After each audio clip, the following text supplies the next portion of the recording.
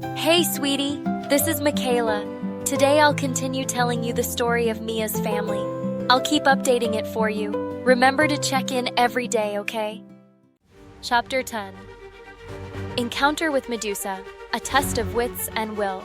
As the solemn voice faded, a flash of light filled the room, and a phantom of the goddess Medusa appeared before everyone.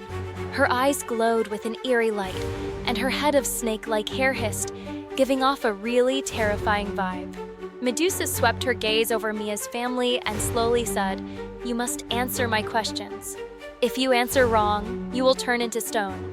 But if one of you answers correctly, you can leave with the artifact." With that, she looked at Martha and asked the first question. In ancient Greek mathematics, what was the Pythagorean theorem called at that time? Martha thought for a moment and answered nervously, "The Pythagorean theorem." Medusa sneered, "Wrong. In ancient Greece, it was called the 100 ox theorem because Pythagoras sacrificed 100 oxen to celebrate when he discovered this theorem." A beam of light instantly enveloped Martha, and her body began to stiffen, gradually turning into a stone statue. Then, Medusa looked at Fiona and asked, in ancient Greek mythology, "What does the owl symbolize?" Fiona tilted her head and chirped a few times. Mia, who had helped it answer similar questions before, replied on its behalf, "It symbolizes wisdom." Medusa snorted, "Incomplete. The owl not only symbolizes wisdom, but also represents the protection of the goddess Athena." Along with Medusa's words, Fiona was also petrified.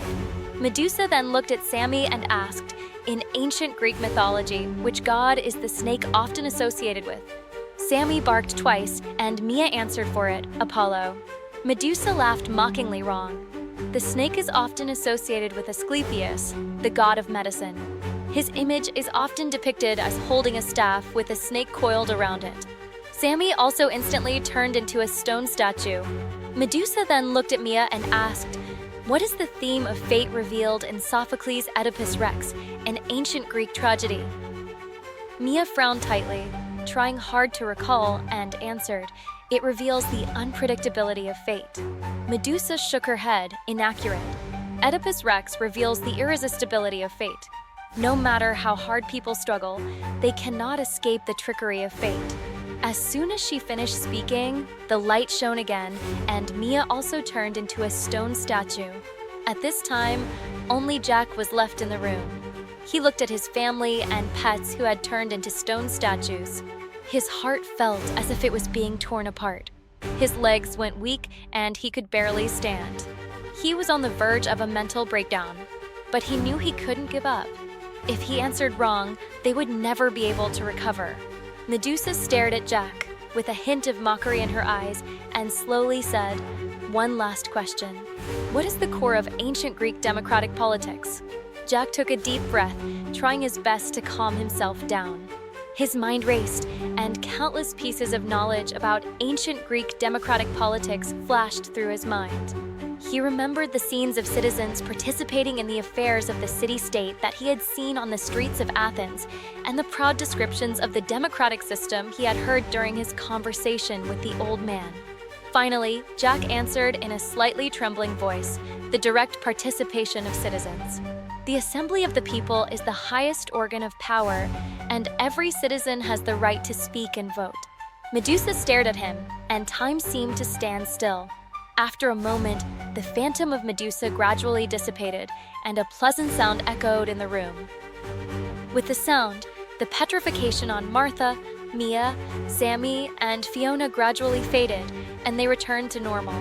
The family, having survived this ordeal, hugged each other and wept. Jack held his family tightly, filled with deep emotions. Right after, they left this dangerous and challenging place with the artifact, being very cautious. This trip to ancient Greece had been a rewarding experience for them. Not only had they found the artifact, but they also had a profound understanding of ancient Greek history and culture.